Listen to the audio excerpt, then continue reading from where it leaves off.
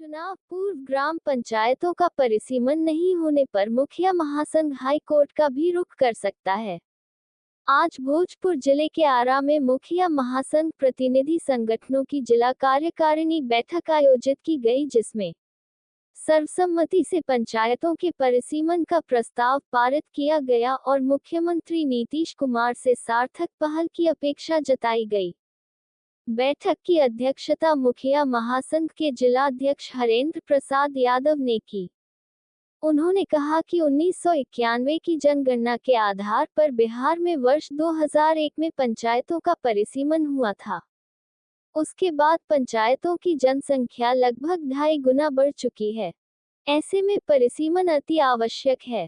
कई जिलों और प्रखंडों में कुछ पंचायतों का क्षेत्रफल 10 वर्ग किलोमीटर से भी अधिक है। इससे वहां विकास कार्य बाधित हो रहे हैं और प्रशासनिक उपेक्षा बढ़ी है। वहीं नगर निकायों के गठन और उनके क्षेत्र विस्तार के कारण कई पंचायतों का विखंडन एवं पुनर्गठन अव्यवस्थित ढंग से किया गया। इससे गंभीर विसंगतियां उत्पन्न हुई हैं।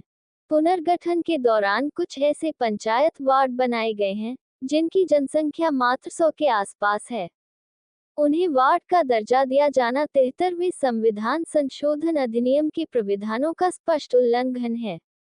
संविधान के अनुसार प्रत्येक 10 वर्ष में जनगणना के बाद परिसीमन एवं उसी आधार पर आरक्षण लागू किया जाना अनिवार्य है।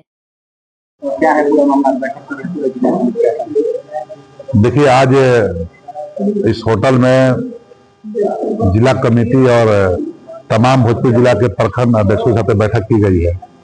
मुख्य मुद्दा है कि आने वाला दिन में जिस तरह से सरकार चुनाव कराने पर तुली हुई है, उनको रोकने के लिए हम लोग तमाम बैठक किए हुए। कारण यह है कि परिसीमन का जो मामला चल रहा है, परिसीमन 2001 में हुआ है, आज 2026 चल रहा है।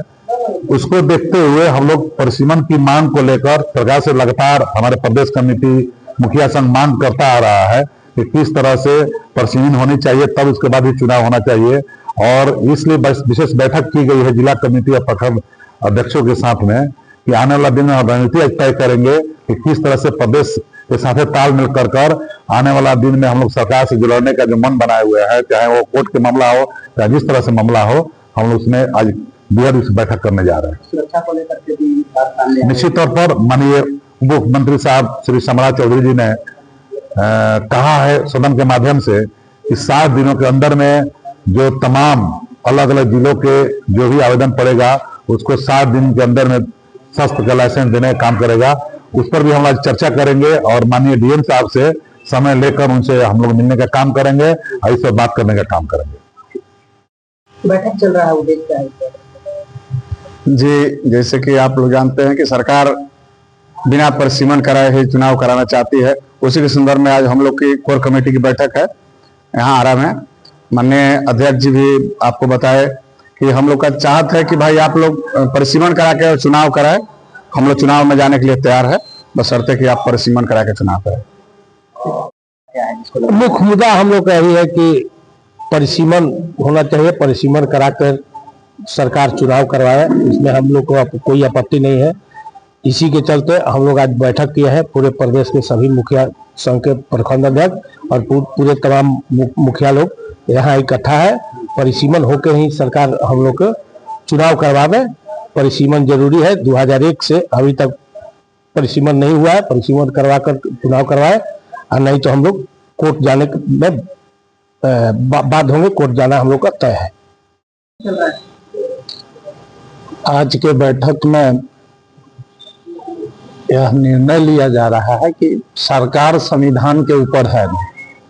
हर 10 वर्षों में परिसीमन करने का प्रावधान है, लेकिन सरकार जबरदस्ती जो है बिना परिसीमन कराए हुए चुनाव थोपना चाहती है, जिससे बिहार का विकास बाधित हो रहा है। नंबरिंग जो आज 8,000 कुछ पंचायत 8200 कुछ पंचायत है, अगर परिसीमन होता है तो करीब 10,000 15,000 मुखिया चुनाव में आ सकते हैं।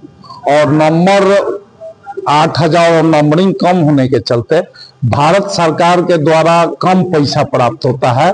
अगर परिसीमन कर ये चुनाव कराया जाए तो तो बिहार निश्चित रूप से विकसित होगा और पैसा भी ज्यादा आएगा। इसी के संदर्भ में हम लोग आज बैठक किए हैं और निश्चित रूप से हम लोग का प्रदेश अध्यक्ष और जिला अध्यक्ष सब लोग सरकार से मांग करते आ रहे हैं, लेकिन सरकार अभी इस पर कोई फैसला नहीं ले रही है।